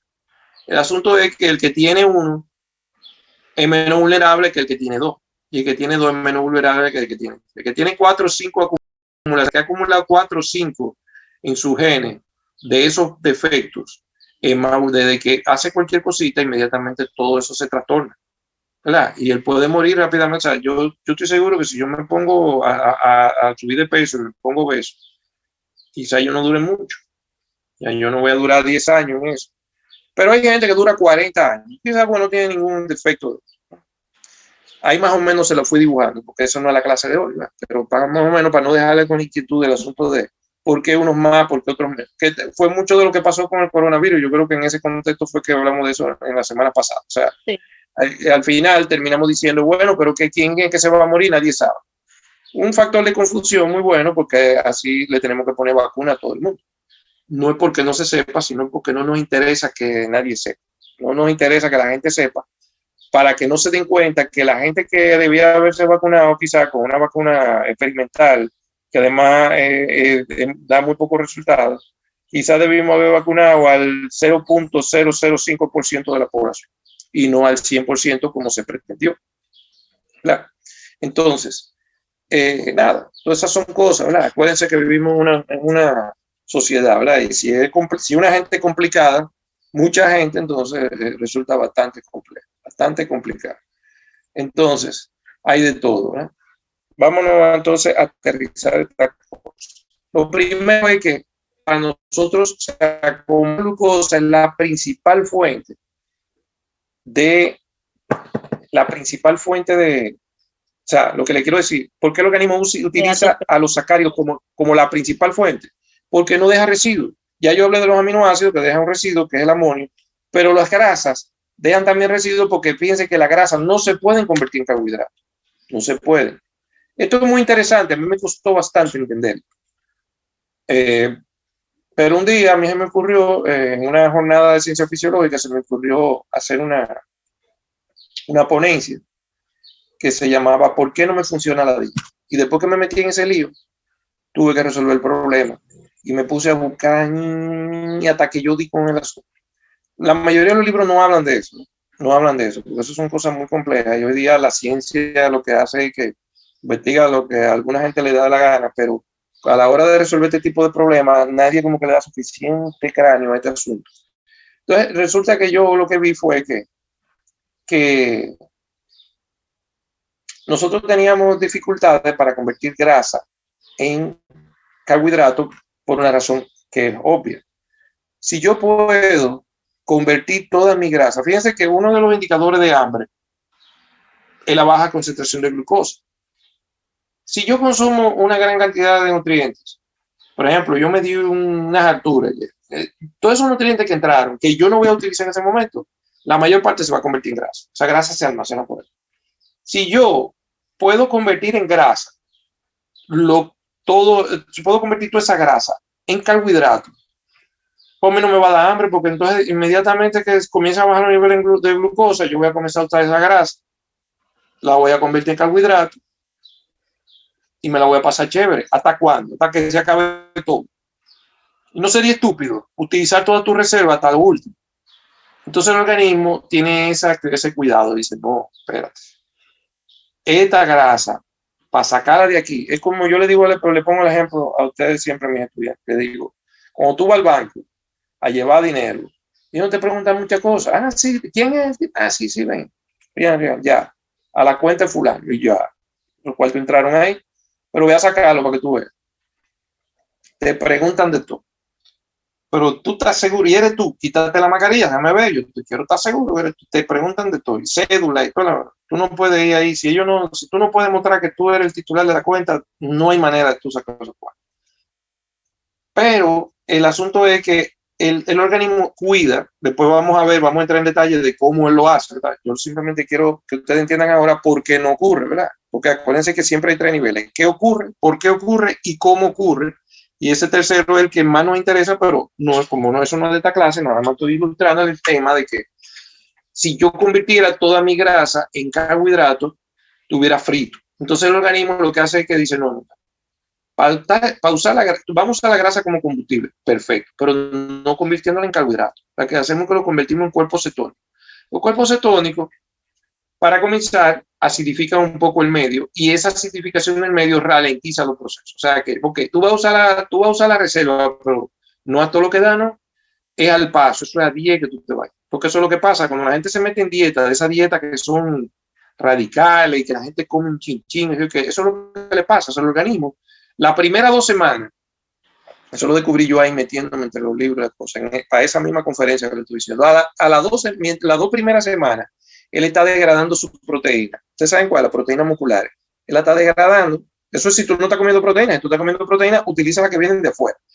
Pero si tú haces esa dieta que son súper restrictivas, donde tú gastas 4.000 calorías diarias y esa dieta de 300 calorías, tú no estás comiendo nada. Entonces el organismo lo que hace es que dice, pasa para acá y comienza a degradar el músculo, a degradar otras proteínas y a degradar todo eso para convertirla en glucosa. Y se pasa 2 semanas usando glucosa a expensas de las proteínas del organismo, pero a las 2 semanas él dice, no, espérate, yo no puedo usar toda mi proteína para eso. Y ahí hay que trancar. Y ahí en ese momento es justamente entonces cuando tú te pones, tu dieta se vuelve cetónica.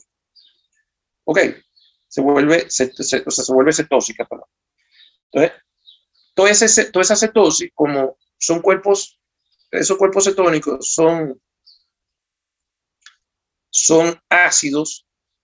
Lo que va a ocurrir a partir de ahí es que entonces se deprime un poco el metabolismo, porque ya ustedes saben muy bien que el pH es uno de los factores que modifica la velocidad de proceso, y cuando el pH disminuye, entonces tú te pones haragán. Tú vas a usar la grasa, pero como te digo, no a toda la velocidad, entonces tú te pones haragán. Y entonces lo que normalmente haces es, porque junto con esta, ¿verdad? Los ideólogos de esta dieta súper no sé qué, entonces te dicen, pero ve al gimnasio, ejercicio, para que entonces incremente el gasto calórico diario, ¿verdad? Porque lo que estamos tratando de hacer es una diferencia grande. Eso debe ser la matemática de los nutricionistas malos, ¿verdad? Ellos dicen, no, porque tú lo que tienes que gastar más de lo que tú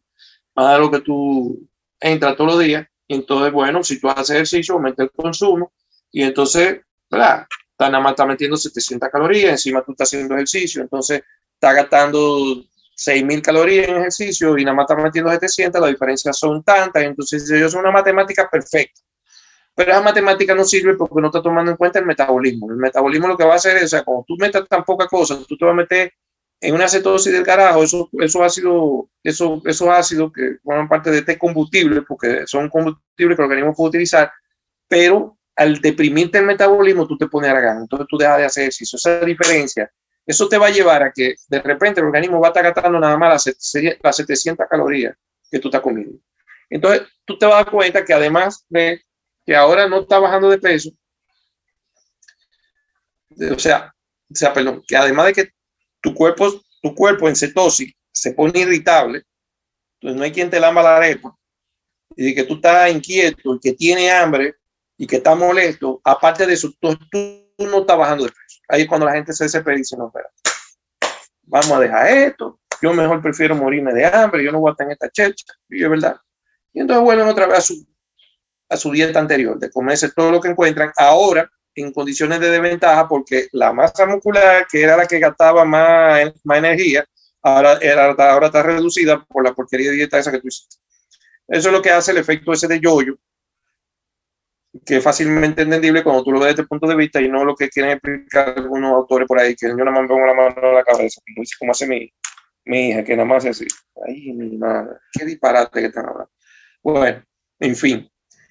El asunto es que esa es la razón por la cual la principal fuente, la pregunta que le va a salir en el examen es, ¿cuál es la principal fuente ¿verdad? De energía o sea, cuál es el principal alimentador de la respiración celular?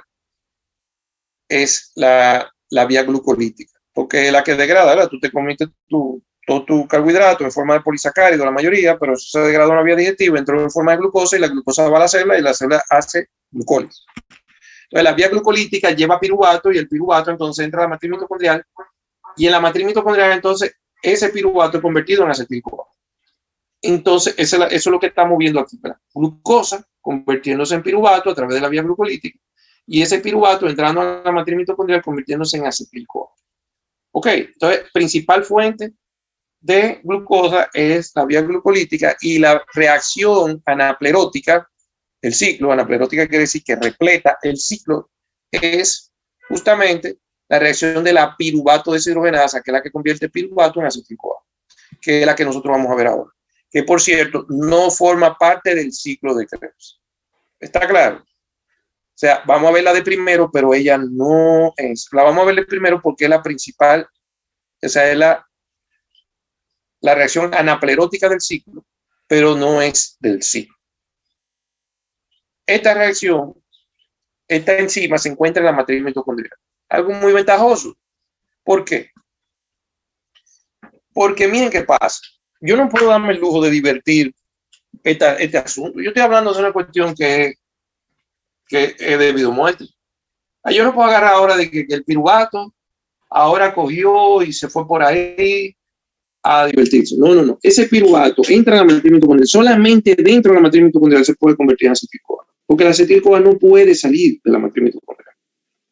¿Entienden? La idea es que él se concentre en la matriz mitocondrial para que empuje la reacción. Acuérdense que nosotros estamos hablando de la misma cuestión del mismo gradiente que estábamos hablando del principio.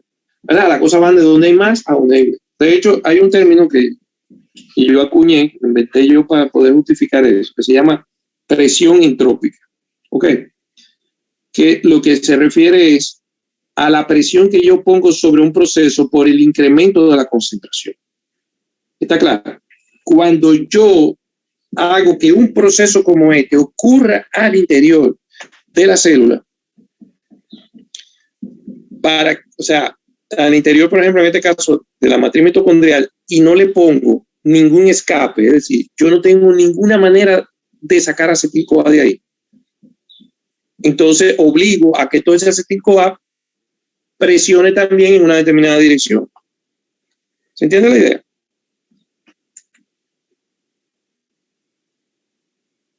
¿Se entendió la idea, verdad? Más o menos. A lo que yo quiero decir, ni el acetil-CoA ni el oxalacetato yo lo puedo sacar de la matriz mitocondrial. Y ellos se producen ahí. O sea, yo no lo produzco fuera. Yo no produzco acetil-CoA fuera de la matriz mitocondrial. Yo lo produzco dentro de la matriz mitocondrial. ¿Para qué? Para que él se concentre ahí y el trabajo sea que unirse a los oxalacetatos y meterse en el ciclo para producir ATP. ¿Se entiende la idea? ¿Se entiende ahora? Sí. Sí, profe, una pregunta. Ajá. Entonces, también bueno, usted dijo al principio que los cofactores eran principalmente proteínas, ¿no? Tengo entendido. ¿A qué? Perdón. Profe. ¿Los factores? ¿Qué fue? Los efectores. Son principalmente proteínas. Hola. Sí, ¿te estamos oyendo? Ah, ¿que se escucha? Sí. Te escuchamos. Ah, ok. O sea, eso significa que los cofactores están...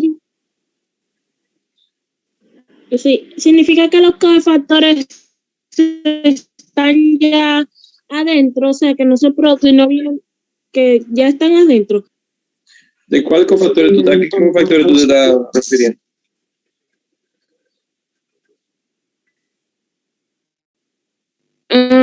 De los cofactores que ayudan en cuanto al ciclo de Krebs. Bueno, sí, esos cofactores. Sí, los cofactores tienen. El lipoato, el CoA, el FAINA.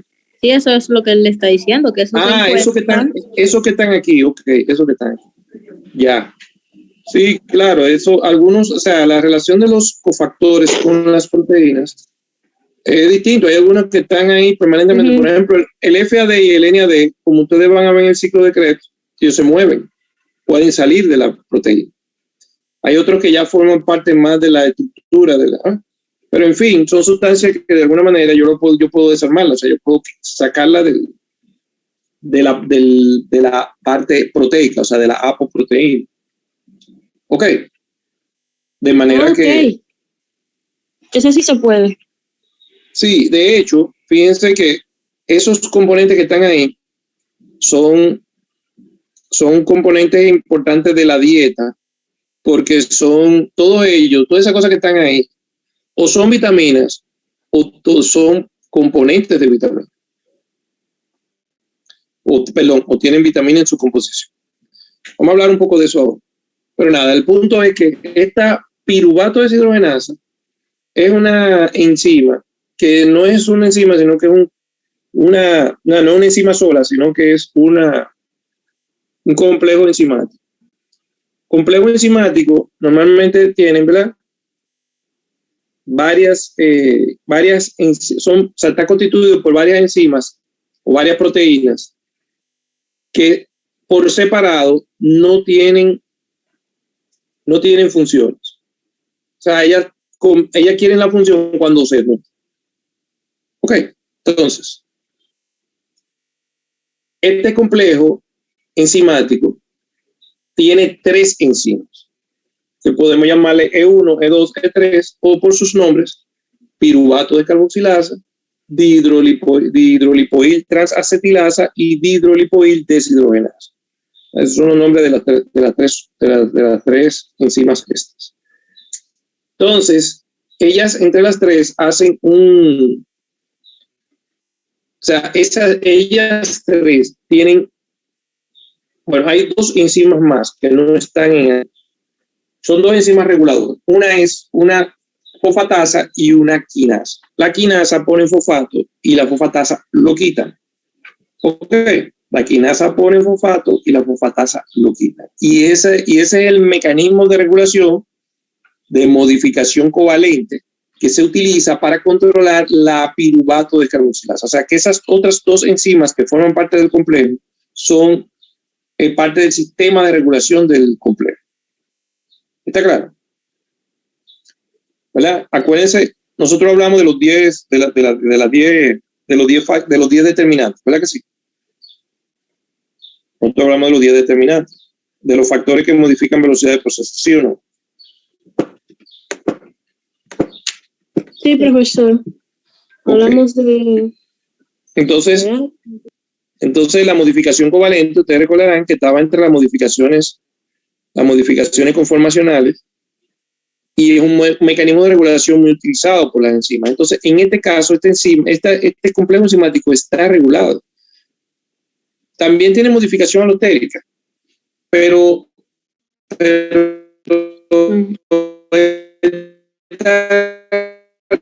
la regulación principal es por modificación de enzimas a la piruvato de carboxilasa y la de fosforilan para activarla y desactivar. Bueno, vamos a ver.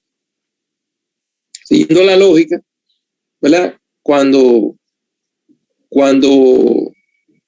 ella se desfosforila, ella se activa. Acuérdense que esta enzima trabaja por acción, o sea, es para producir energía y la hormona o señal intercelular que promueve la producción de energía es la insulina. Ok, promueve la producción de insulina intracelular, es la insulina. Y la insulina es una hormona que cuando llega lo que hace es que desfosforila a todas las proteínas que tienen que ver con ella. O sea, les digo esto para que entiendan la lógica de funcionamiento de la piruvato de carboxilasa en función de sus enzimas reguladoras. Entonces, la fosfatasa es la que le va a quitar el fosfato, como ella, ¿verdad? Que va a producir la desfosforilación, que va a activar la enzima. El glucagón, que es la hormona que se encarga de estimular los procesos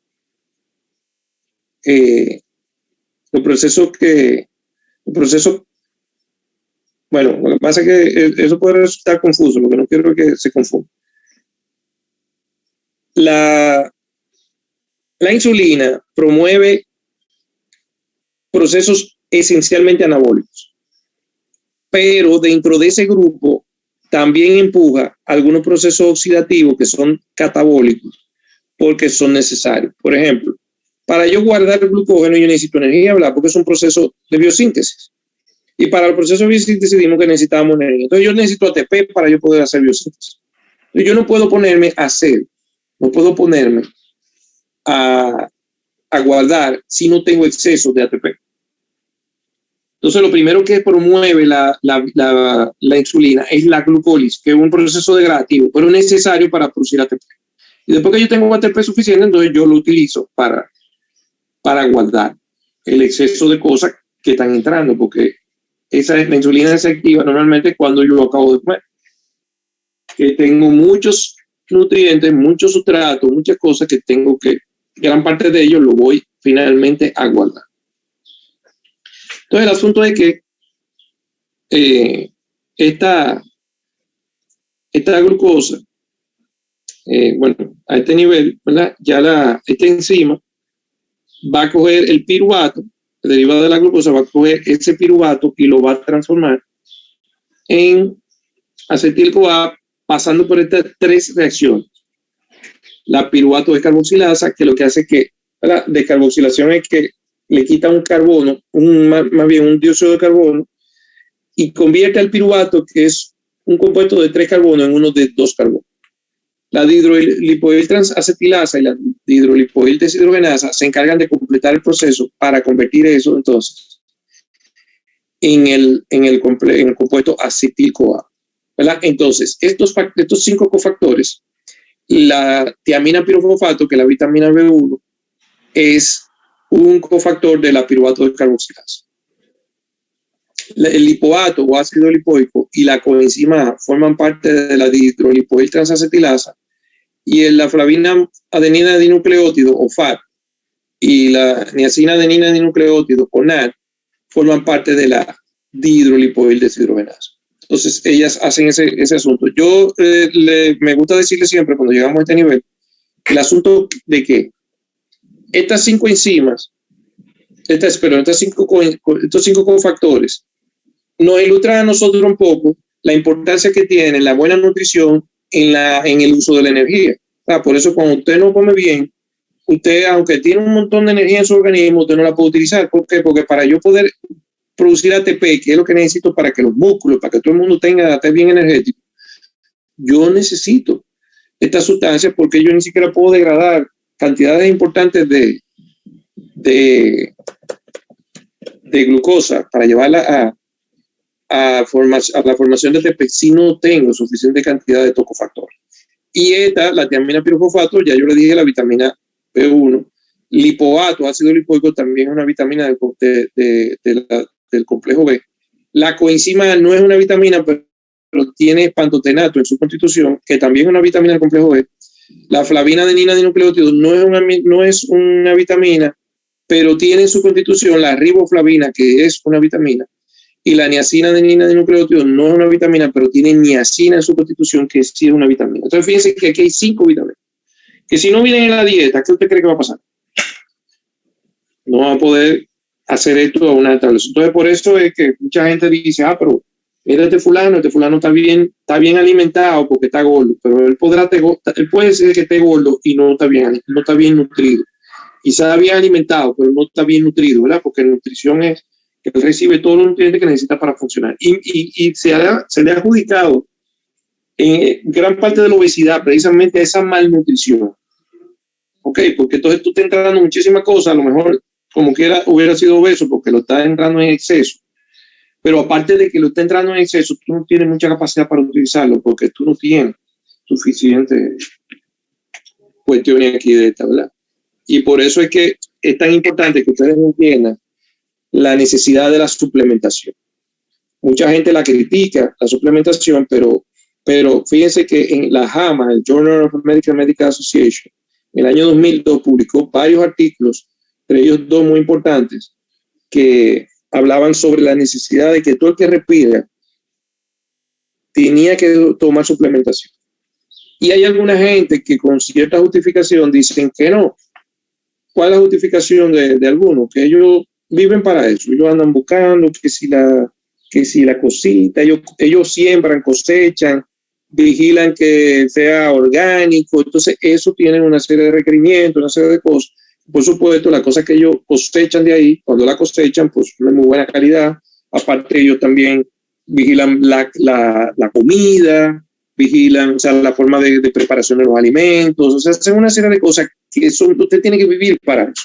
La mayoría de la gente no tenemos tiempo para eso. Entonces, si no tiene tiempo para estar haciendo toda esa cosa, está andando atrás de que si la semilla de no sé qué tengo que comerme, que si no sé cuánto, que si 3 veces pecado a la semana, que si, fruta seca 3 veces por semana, pescado 1 vez por semana, 5 raciones de frutas y vegetales por día. Si tú no tienes tiempo para eso, yo lo que te recomiendo es que trate de alimentarte lo mejor que tú puedas, pero suplementate, o sea, usa suplementos. Esos suplementos entonces van a llevar a tu organismo las cosas que tú necesitas, las cosas que tu organismo necesita para estar, para que esas cuestiones que están ahí no falten, ¿verdad?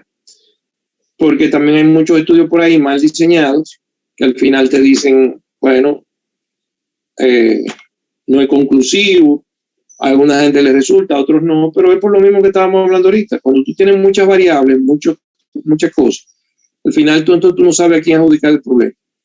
Si tú coges dos gente que tienen diferentes niveles de nutrición, porque este come mejor que este, por ejemplo, y a los dos tú le das la misma dosis de vitaminas, minerales, que no come nunca nada bueno, ese se va a sentir súper cuando tú le des la vitamina. Pero este que está acostumbrado a comer más o menos bien, que que lleva la cosa más o menos por donde debe ir, pues tú le das un suplemento y él no siente que es la gran cosa. Él dice, no, yo me lo bebí, pero yo no sentí nada extraordinario. Claro, porque él ya estaba más cerca. Y eso acuérdense que es matemática. O sea, tú tienes una curva asintótica que si está cerca de la saturación, aunque no esté completa, tú no vas a sentir una diferencia muy grande. Aún necesitándolo, tú puedes ser que tu organismo funcione bastante bien, faltándole alguna cosita. Entonces, nada más lo va a notar es que sí le falta mucho, porque la diferencia sí es una diferencia grande. Entonces, no, pero a este le funciona, pero a este no. Y lo que no nos estamos dando cuenta es que estamos utilizando sujetos de investigación que no son homogéneos, ¿verdad? Si tú estás midiendo en un cuerpo heterogéneo, tú vas a tener resultados disímiles que tú no vas a poder comparar después, porque estaban en diferentes condiciones. Es un principio de la ciencia que mucha gente se salta, ¿verdad? Y después entonces está quejando. Entonces, bueno, vamos a ver entonces. Robert. ¿Me quieren decir? Dime, Pamela. Ajá, Jaime. Jaime. Cuando usted podría pasar la imagen anterior, por favor. Cuando usted estuvo hablando del piruvato deshidrogenasa en la parte de la enzima E1, ¿verdad? Creo que usted mencionó acerca de las modificaciones atmosféricas. Tengo entendido que estas se dan entre un ligando y un efector. Entonces, en este caso, ¿cuál sería el ligando y el efector? Las modificaciones, ¿tú dijiste qué? Modificaciones. Ajá, de la velocidad del factor. Modificaciones conformacionales. Ajá. Ok, cuando yo digo exactamente, cuando tú te refieres a, o sea, el efector es la enzima, la piruvato de carboxilasa. En este caso, por ejemplo, la tiamina pirofosfato es un cofactor. O sea, es una sustancia que necesita la piruvato de carboxilasa para funcionar. O sea, en ese contexto, no hablamos de unión de efector con ligando porque ellas entre las dos forman una sola cosa. De hecho, si tú te acuerdas en Bioquímica 1, nosotros hablábamos de esto, de la coenzima, de la apoenzima y de la holoenzima, ¿verdad? O sea, es decir, esto sin la tiamina pirofosfato es a una apoproteína. Y esto es una coenzima. Cuando yo junto la coenzima con la apoproteína o la apoenzima, entonces yo tengo una holoenzima, que es una enzima funcional. ¿Me entiendes la idea? No se trata aquí como de la que de la parte del ligando y efector no vendría entrando en este caso de la enzima con el cofactor. Exacto, porque el efector lo vemos como una sustancia que tiene capacidad de producir un efecto sobre otra cosa. Y aunque quizá podamos decir que la tiamina pirofosfato que es un efecto sobre, en realidad el efecto que nosotros al que nos estamos refiriendo es el que produce la piruvato de carboxilasa sobre el piruvato, que es el efecto que estamos en realidad estudiando. Bien, entonces, aquí está el ciclo de Krebs. Ella habla, veo que ustedes manejan bastante bien estas cosas. Entonces eso nos ahorra tiempo y podemos, ¿verdad?, marchar bastante rápido. Yo creo que le dije algunos de los trucos para aprenderse los nombres y las cosas la semana pasada. Fíjense que el citrato se forma de la unión del acetil-CoA, que fíjense que ahí no aparece el acetil-CoA, y lo que aparece es el acetato. El acetato son esos dos carbonos, el acetato o ácido acético, ¿verdad? Ustedes saben que es el vinagre. Está unido a una coenzima A, que es una molécula grandísima.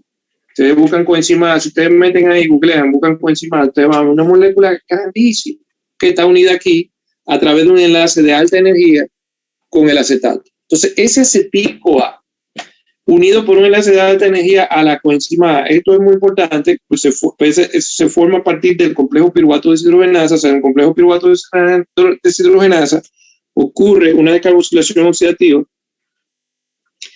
y se desprende una gran cantidad de energía. Una parte de él se atrapa en ese enlace de alta energía que forma el acetato con la coenzima A.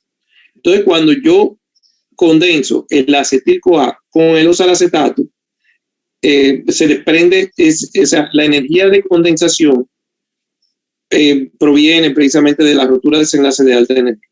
Y se forma entonces a partir de este compuesto de 4 carbonos y este de 2, el citrato, que es un compuesto de 6 carbonos, ¿verdad? Y la enzima que lleva a cabo eso es la citrato citasa, que es la principal enzima del ciclo. ¿Está claro?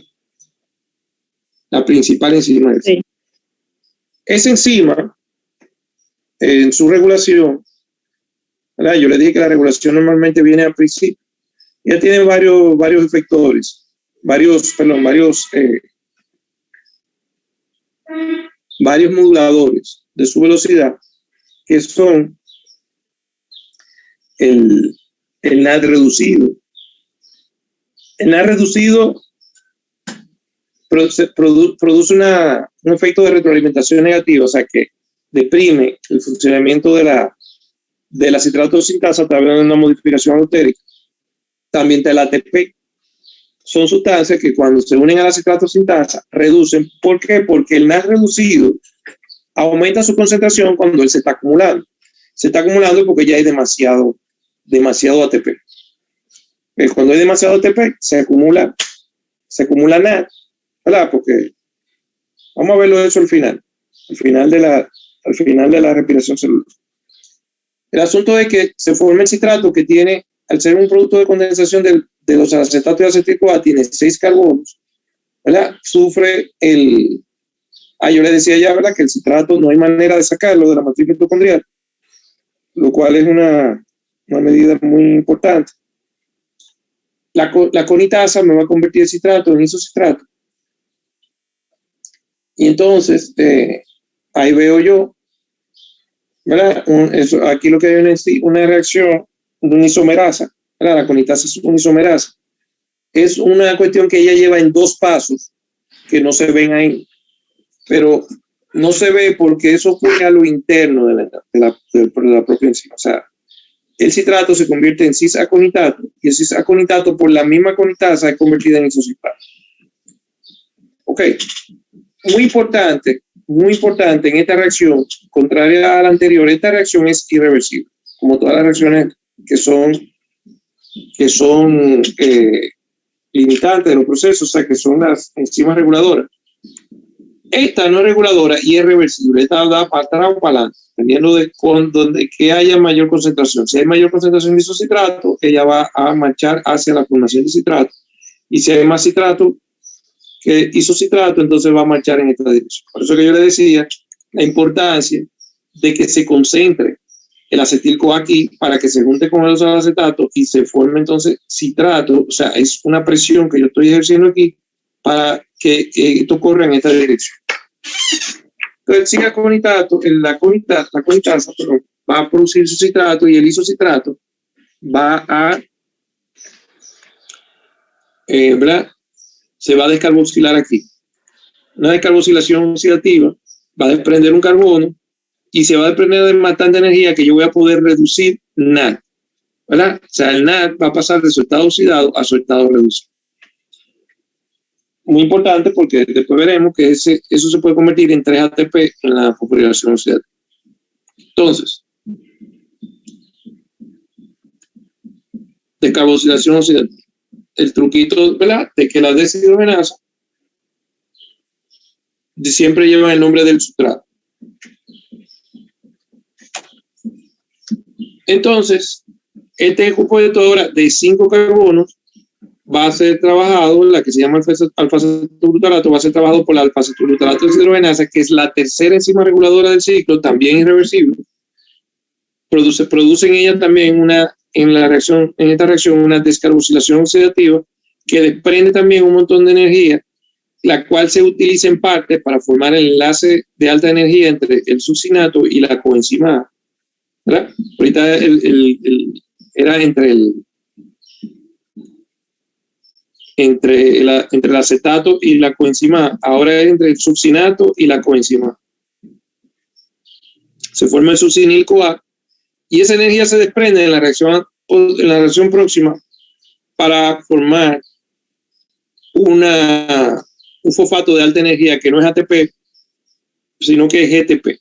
Y ese GTP le podemos llamar ATP porque él se convierte, ¿verdad? Acuérdense que es un nucleótido igual que el ATP, yo puedo extraer esa energía de GTP y convertirla en ADP. De hecho, eso ocurre, ¿verdad? Viene una ATP aquí, recibe la energía del GTP y entonces ¿verdad? Se transfigura aquí. Esto se convierte entonces, tengo en esta reacción la primera fosforilación o la única fosforilación a nivel de sustrato que ocurre en el ciclo de Krebs. Pregunta de examen, ¿verdad? Todo eso que yo estoy diciendo aquí, yo puedo preguntar en el examen. En los exámenes yo generalmente me refiero a las enzimas reguladoras más que a cualquier otra cosa. ¿Qué? Porque ahí es donde está el kit. Si ustedes aprenden, porque esas son las enzimas sobre las cuales se ejerce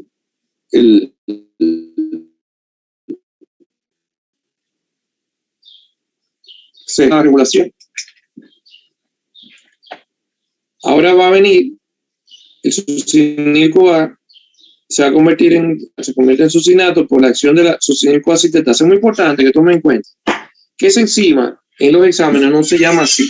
La succinil-CoA sintetasa tiosinasa, es otro nombre que tiene. Tiosinasa. También se le llama tiosinasa con la Q. Yo le he visto. En realidad yo le digo tiosinasa. Yo le digo tiosinasa en español, porque tioquinasa sería en inglés, porque eso de quinasa viene de kinase, que es la forma como se le dicen a la sinasa en inglés.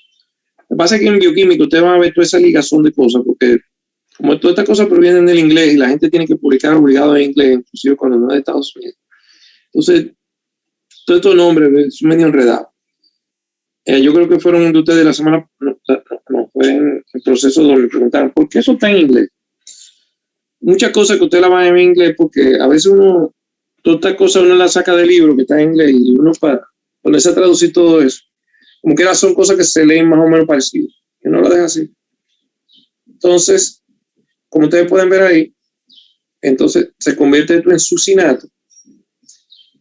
El succinato se va a convertir en fumarato por acción de la succinato deshidrogenasa. Esta es la enzima que ahorita decía Paime, que formaba parte de la membrana mitocondrial interna.